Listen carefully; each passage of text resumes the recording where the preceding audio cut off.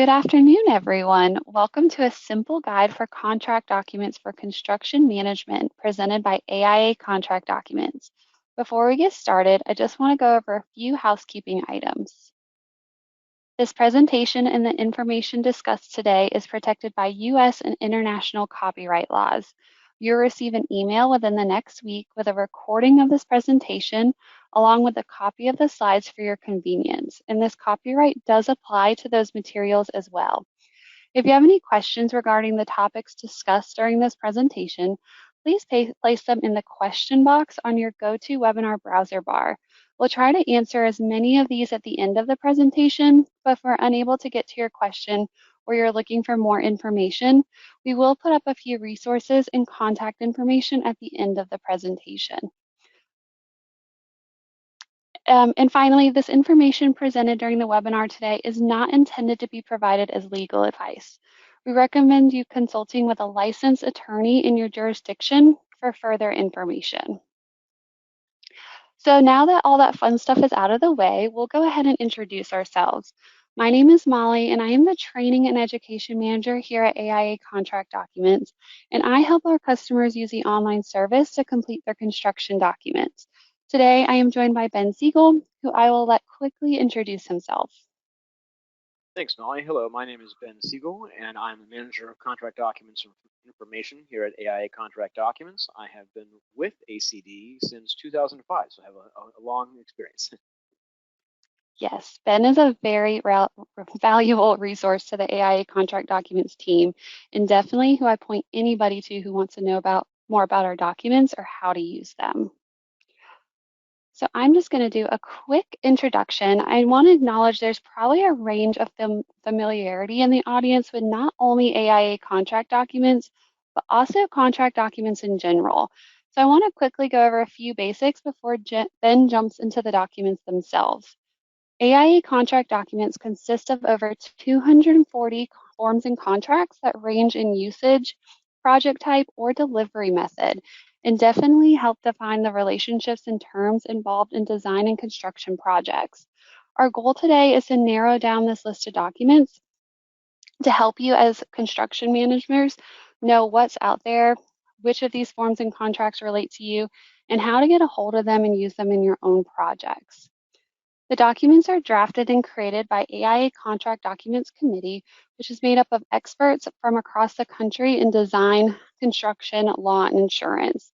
They work together to continuously update and revise the documents to represent industry trends and keep up with the ever-changing world of construction that most of you in the audience are familiar with.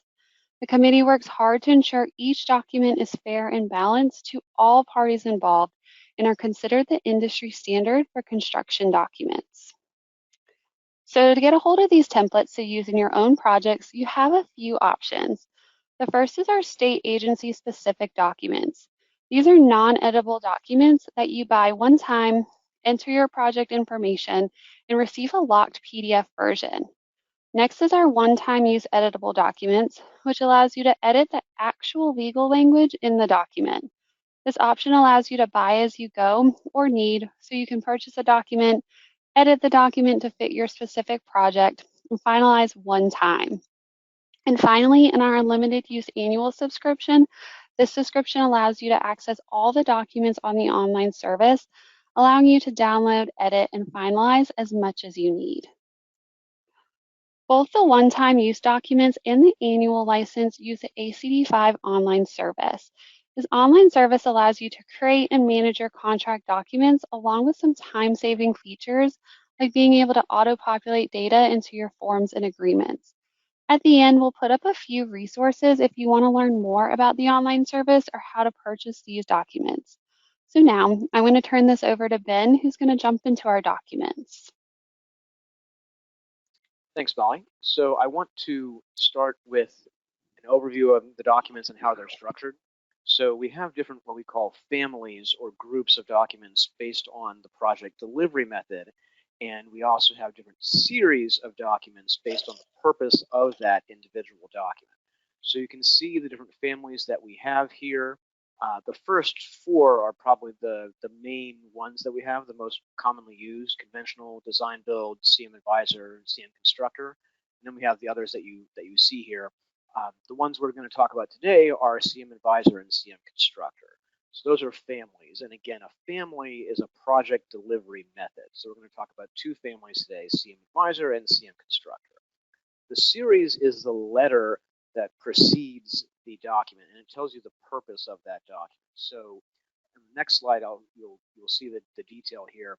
We have the series, which starts with A, and we also have B and C and D and others. And so each letter or alphanumeric symbol has a specific meaning. So A is owner contractor, B is owner architect. You can see the other ways that it's set up. We also have the first number, which is type. And so for the type, we have different types of agreements. So one are prime agreements. Two are conditions and scopes. So the document displayed here is A201, which is a general conditions document. So it has the 2 for the type. And we also have other types of agreements as well. The middle digit is delivery, or delivery method or delivery model. And that roughly corresponds to the family that I was describing. So again, we have conventional, CMA, CMC, et cetera, et cetera.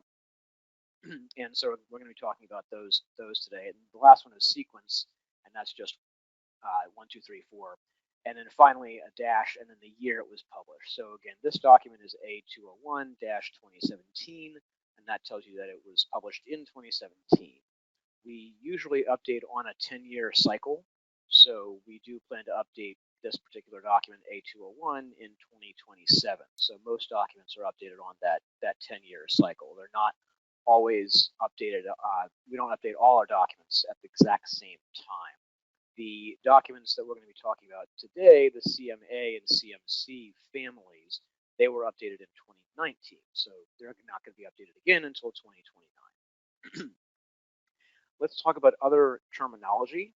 So again, the two families that we refer to as families are going to be CMC and CMA. So what does that mean? So CMC stands for construction manager as constructor, and CMA stands for construction manager as advisor. So CM as constructor is sometimes called CM at risk, or CMAR, or CMGC, or GCCM if you switch it.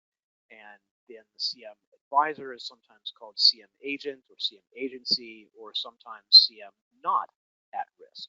So those are going to be some of the terms that you may hear for these documents. So the first family we're going to talk about is CMA, construction manager as advisor. And this is where the owner retains a CM to act as an independent third-party advisor on construction management matters. So this is how the family is set up.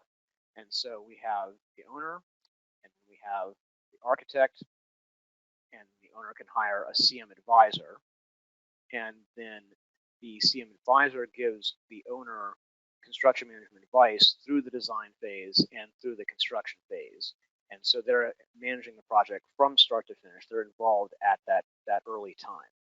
And crucially, they are not doing construction, because the construction is going to be done by the contractor or contractors. There can be multiple prime contractors in this situation.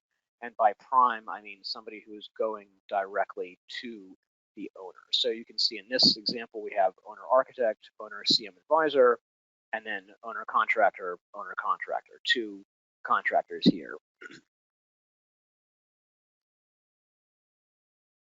And so these are the agreements that you can see between owner and architect, between owner and CM advisor. B132 is owner architect, C132 is owner and CM advisor, and then A132 is owner and contractor. So again, you can see that they all have the 132 designation, and then A, B, and C tells you that's what we call the series. So these are the agreements that are used to form this family of documents, and then the general conditions ties it all together. So A232 is a specific general conditions document that used to tie all these things together. So you have each of these individual agreements and those agreements all refer to the same general conditions, which in this case is A232. And so you can see that the contractor can hire subcontractors, and the architect can hire consultants, and the owner can also hire consultants directly as well.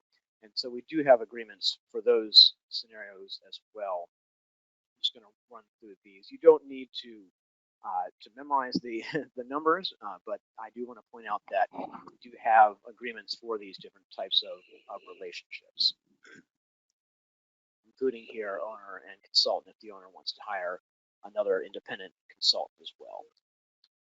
So these are the agreements that you just saw, and the other point to bring up about this is that C402 is an architect consultant agreement for what we call special services.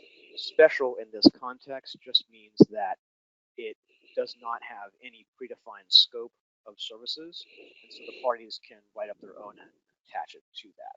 But otherwise, these agreements define the scope of what the party is going to do, whether it's the architect, the contractor, the CM advisor.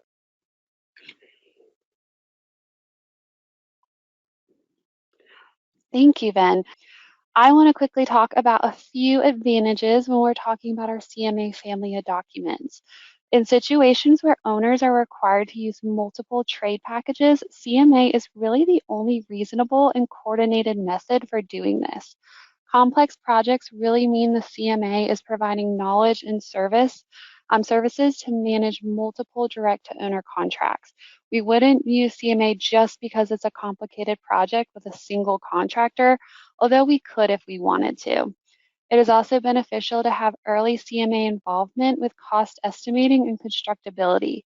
With a CMA family of documents, the owner is able to select the CMA, architect, and contractors, and can supplement the owner's staff with independent professional services and expertise. Finally, it enables fast-track delivery, which is so important with these complex projects. The pre-construction phase starts with the owner selecting both the construction manager and the architect. The CMA is often selected first and can provide input to the owner for the selection of architects and contractors. Architect services pretty much are traditional design, construction documents, and contract administration. But the additional interaction and coordination with the construction manager acknowledges that more than one contractor is going to be used. Under CMA, a lot of the burden of coordinating information, pay applications, and so forth, because of the multiple contractors, will fall to the CMA, and this significantly reduces the architect's coordinating work. Pre-construction input from the CMA provides many of the services that a construction manager constructor did during the design, including the primary cost estimate, schedule input, design and constructability reviews, design assist coordination, and helping scope the contractor work packages. During the construction phase, once the construction begins, the CMA provides the same management and coordination of the contractors that a general contractor would for their subcontractors that we find in a general bid or CMC projects. The owner still awards and holds all the direct construction contracts. The CMA is going to have a daily presence at the project site and will become an additional set of eyes and ears on the work for both the owner and the architect, augmenting the architect's services. So now Ben is going to switch gears and discuss the construction manager as contractor. So this next family is construction manager as constructor, or CMC, or CM at risk. And this is where the owner retains a CM who is going to be the contractor, who is also going to provide pre-construction and construction services. So that is the main distinction here between the CMA and the CMC family, is that in CMC, in CMA, the CM is only an advisor, so they're not doing the construction. But in CMC, as you will see here, they are. So we start with the owner-architect relationship, and you can see that's very similar to our previous relationship.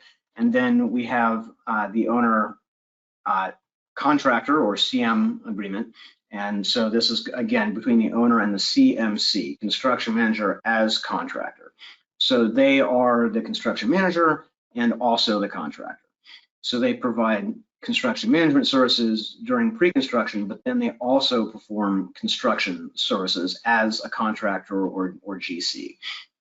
And so this specific agreement, B133, is between owner and architect. And A133 and A134 are your two choices between owner and CMC. They are both cost plus, so that means that the basis of payment is the cost of the work plus a fee. And the only difference is that A133 has a GMP, a guaranteed maximum price, whereas A134 does not. So that is literally the only difference. A133 has a GMP, A134 does not. So you can choose one of those two agreements. And then again, we have the same concept of general conditions. So this family uses A201 general conditions, which some of you may be familiar with because it is the same general conditions from the conventional family. So it's the same exact general conditions you would use on that conventional, on a conventional project. And you can make cost of work modifications because, again, I'm going to go back here. These two agreements are cost plus. So we do not have a stipulated sum agreement here because the CM comes on at such an early point there that the final cost of the job may not be known at the time. So that's why it's cost plus. And so when you have those agreements, they are both cost plus. The general conditions is the same general conditions you would use in a conventional family, but you may want to make some modifications for cost of work jobs. And then again, we see that the architect can hire consultants, the owner can hire consultants, and the CM, who is also the GC, can hire subcontractors. So it's a similar relationship there. It's just that, again, there's only one CM who is also the contractor, and they're hiring the subs. So in this scenario, the subs go through the CM, who is also the GC, instead of directly to the owner.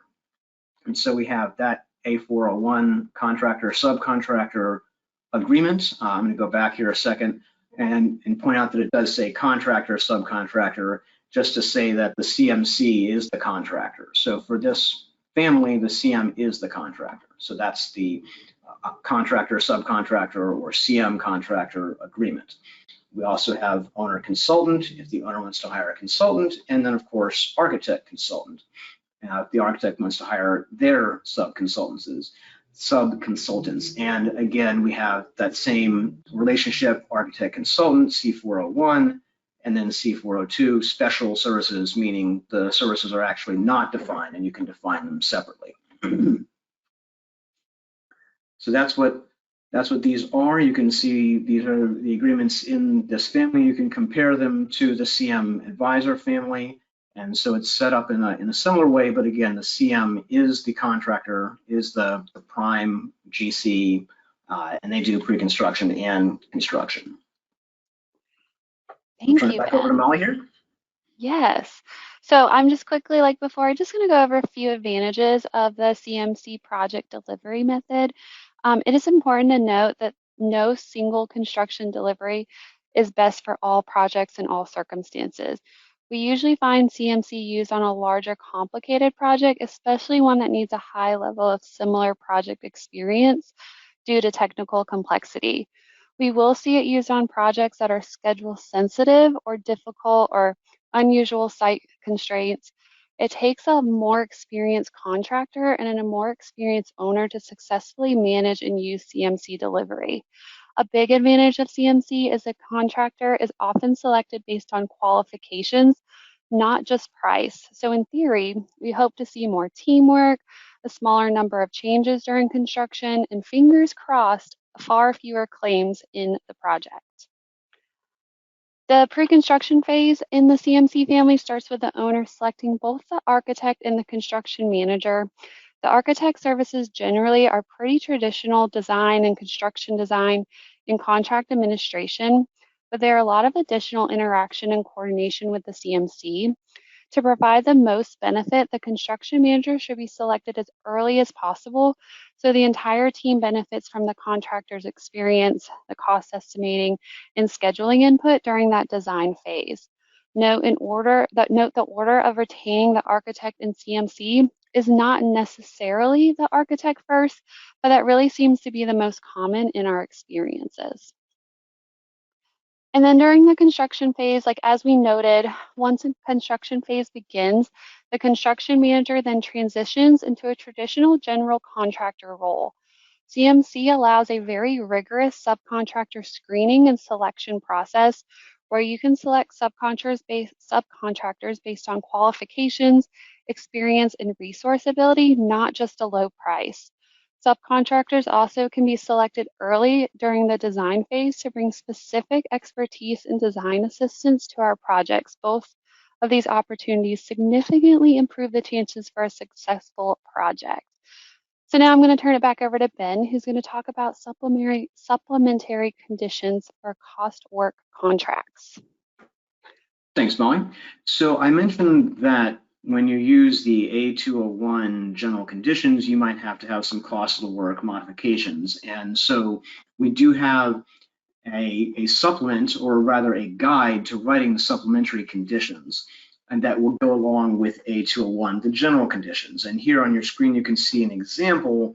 And so if we are using A201 as our general conditions, and we're using a cost plus agreement, on the left side, you can see cost plus with a GMP, and on the right hand, you can see cost plus without a GMP.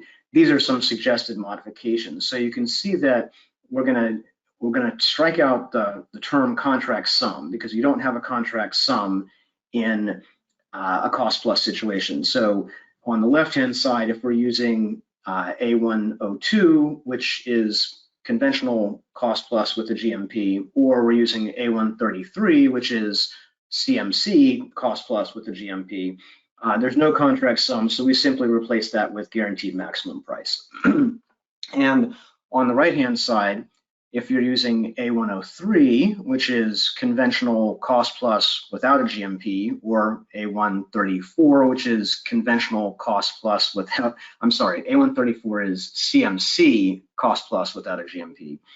The point is both of these are cost plus without a GMP. So we simply remove that section that talks about the adjustment in the contract sum, because again, there is not a concept of a contract sum, or in this case, even a GMP. There is the concept of a control estimate, but that's a different matter. So this is an example of something that we have in our free guide. So there's a free guide that we published. It's called A503, and so you can see that is, and we'll have a link to that, and you can use it as a model and a guide for how you might write your own supplementary conditions to modify A201, because you may need to make edits because of those certain provisions may need to be modified. Sometimes it might be slight, but it might actually be an important distinction. So next, we're going to talk about forms and exhibits. And so we do have different types of forms and exhibits. We have, as Molly mentioned, over 240 total documents. And so mostly we've been talking about agreements and general conditions documents, but we do have various types of forms, like change orders, for example. And so a change order is any type of change as long as all the parties agree. I realize that a lot of you may be familiar with change orders, but the only thing I would add to that is when I say any change, I mean any change at all. So it does not have to be a change in the contract sum or even the contract time. It could be literally any type of change as long as all the parties agree. And so they sign a change order and they amend their document. So we have the G701 and the G731, which, as you can see, is the CMA edition. So with these forms, you can see that we have different versions of these forms. So at the top, you'll see that we have these versions where you can use them in the conventional or CMC families, like G701 on the left-hand side. You can use that for conventional, you can use that for CMC, But if you're doing a CM advisor job, you would use G731. And by the same token, you can see we have other versions of these forms as well. So a payment application is just like it sounds. A contractor is going to apply for payment. Typically, the architect is going to certify that payment. Again, we have different versions of that.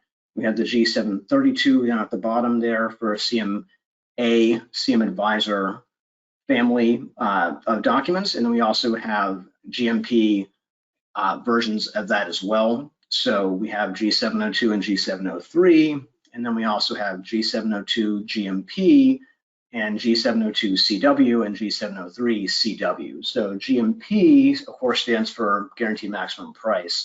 CW in this context just stands for cost of the work. So you could use those if it was cost of the work without a GMP, and then the GMP version if you did have a GMP. A construction change directive is a directive to the contractor to make a change without agreement. So it's sort of like a change order, but before the parties have actually reached full agreement. And this is used in situations where you might need to make a change quickly and you haven't fully reached agreement yet. And so you can use that CCD.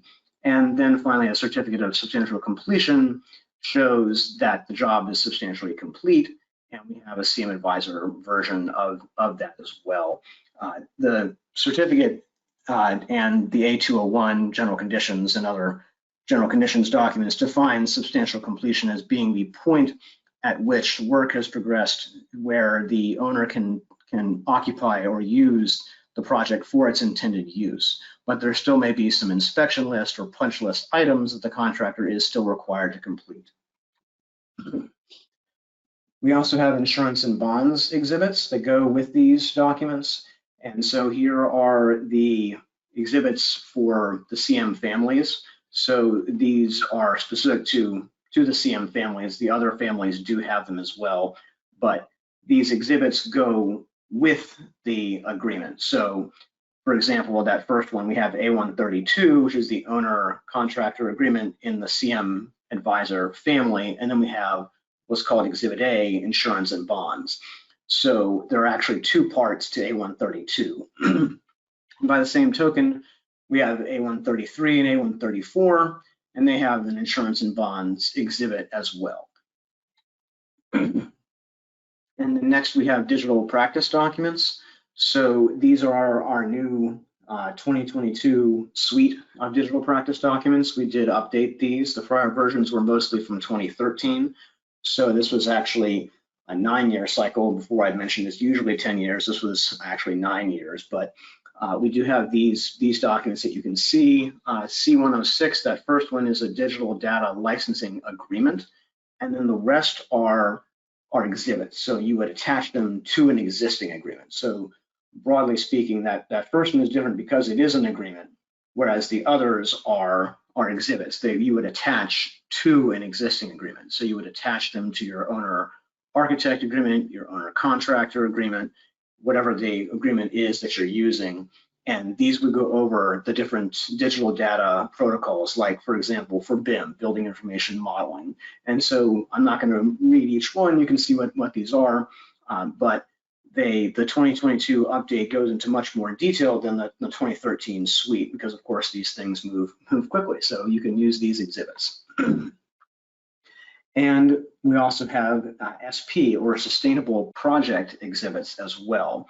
And so we have the E204, which is the conventional SP exhibit, and then we have the CMC edition and the CMA edition. And so this is for green, environmentally friendly, sustainable projects, and it's an exhibit that you can add where the parties come up with a sustainability plan ahead of time, and that will hopefully save time, money, and achieve those sustainable goals. So the parties agree ahead of time, these are the goals that we are going to try to achieve during the course of the project. And that way, those goals are laid out ahead of time and they understand that. And next is facility management. This is a new family of documents that we have called facility management. And this is very different from other families of documents that we produce or have produced in the past. And so this is building, repair, maintenance, or improvement. So if you think about the life cycle of a building, most of our documents historically, since we first started publishing documents in 1888, are really just for the first 5% or so of that life cycle, the design and the construction. But what about the rest of it? So that building still needs to be maintained. And so that's what this family is. So this family is called facility management. And here are the first of this suite of documents, this family. And you can see that these are for maintenance. So these are what we call maintenance agreements within the facility management family. And so we do intend to add to this, but you can see that we have master agreements. We have other types of agreements for as needed maintenance work or ongoing maintenance work. We have work orders, amendments, invoices, all these things. So these are analogous to most of our standard agreements or forms, but they are specific to facility maintenance work. And so again, we call the family facility management, and this first group of documents is what we call maintenance. I'll turn it back over to Molly. Thank you, Ben. So we actually, before I answer any questions or provide some resources, we kind of want to hear from you, just to help us guide what education we're going to put out in 2024. So you should see a poll popping up on your screen, and it just asks, what project delivery method do you use most? Conventional, CMC, CMA, design, build, or other. And you can select multiple options. But again, we're just trying to see, we want to make education that you find valuable and useful. So we're just trying to see, what should we focus on moving forward into 2024? So I'll give it a few more minutes to collect some responses here, just as people are popping them in.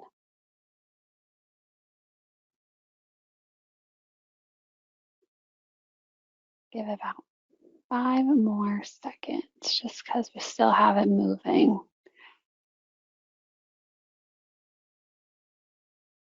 Interesting. So just to share the results in case you're curious what your peers picked, we had majority pick conventional, which is probably what I would have expected. And then we had a fair amount for CMC and design build. So this is great. Thank you so much for providing this feedback. We look forward to putting out some additional education sessions in 2024 based on this feedback. So thank you. Before I answer any questions, we want to put up some resources and contact information. When you receive the PowerPoint, these links will all be active. So don't worry, you can just click on them and take you to what you need. First is our Learn page. This is where you might have signed up for this webinar. It's where we house all of our educational content regarding the construction industry in general. We have articles, webinars. We have some webinars for credit if you need that last minute continued education credit before the end of the year. We have our YouTube channel. The Construction Risk Brief is a great newsletter that is sent out monthly that has articles, webinars, just great content about the construction industry. If you have questions about our documents, so if you put a question in the chat that we did not get to, or something you saw today sparked an interest in a question you might have, docinfo@aiacontracts.com is where I would go to send anything pertaining to the documents at all. If you have questions about the online service, so you're having technical support, you have an error message, you need help logging in, that support@aiacontracts.com would be your point of contact there. So we're going to turn it over to questions. Some of you have been popping these in through the chat as we go. If not, you're more than welcome to try to put one in now because we still have about 20 minutes left in our presentation. So the few that I can answer, just because I couldn't get to them while we were going, if you missed it at the beginning, you will be receiving a copy of this presentation in about a week or so, or at least within a week. You'll receive an email with a link to the recording and also the PDF of the slides. So you will have that to reference, look back on, to reference any of this information you learned. And then there was one question that came through, Ben. Again, I'm not sure if you're going to be able to answer this because sometimes we teeter on legal advice or not. So let me know if this is out of your area. But it said, when would you use special services versus other consultant agreements? Oh, okay. I think I can address that. So I had mentioned that we have an architect consultant agreement C401, and then we also have an architect consultant agreement C402. And so C402 is the one that says for special services. So you're going to see that in the title. But special services simply means that the services are not defined at all. So we have some scope documents, what we call scope documents, that define specific scopes that you could use. So for example, C201, C202, I know you're not able to see these on the screen, but the point is that we have some specific scopes that you can use to attach to that agreement. So if you compare C401, which is architect consultant, if you compare that to C402, which is architect consultant special services, the only difference is that C402 does not have any sort of predefined scope of what the consultant is actually going to do. And so what you can do is you can attach a scope. That can be one of our scopes, like I mentioned C201, C202, C203. But those are very specific scopes. Most of them are for like engineering work. So if that's relevant, great. If it's not relevant, then you don't have to use our scopes. You can write up your own scope. So special services in this context doesn't actually mean anything special. It just means that the services are not defined. I hope that answers the question. That was a great explanation. Thank you for that, Ben. I have a good question that came through because this is one I had when I first started. Is conventional design bid build? So, Yes, the short answer is yes. And so to go back to the concept of families, we have a bunch of different families of documents. And so we have the conventional family, which is sometimes referred to as the design bid build family, because that's normally the order in which it happens. So the design happens first, then project normally bid out, and then you build it. So conventional and design bid build are roughly the same, yes. thank you. Another good question. Where did you say a GC can take a CPE class? A class?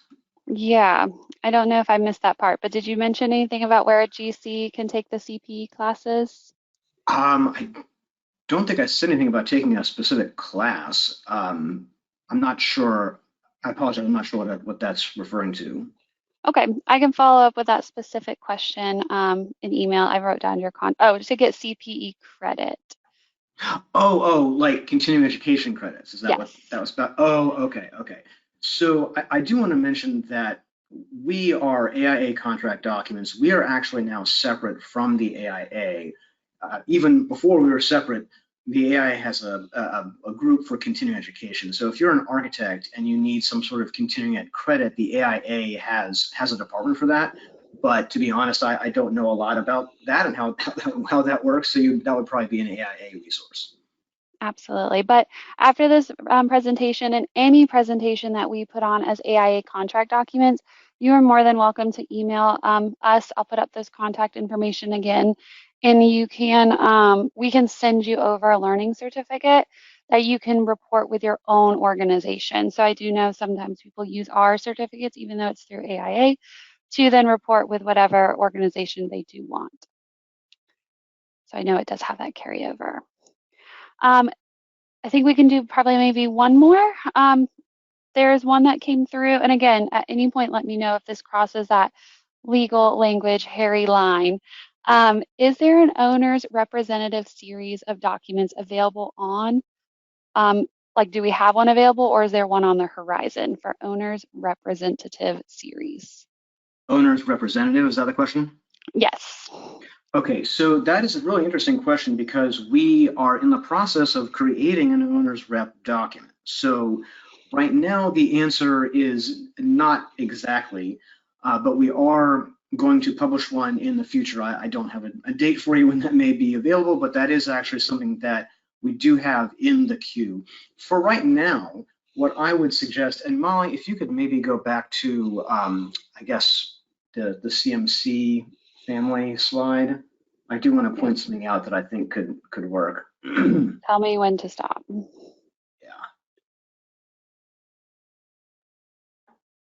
Like this Here's one? good. Here's good. Yeah. Perfect. So So again, we do not have an owner's rep agreement. We do have that in the queue. We are going to publish one, but for right now, what do you do? Well, I think that C103 relationship you see at the top is the closest. It's between an owner and a consultant. So that particular agreement, C103, uses the term consultant, first of all, and that term is fairly broad. So I think it could be used for an owner's rep.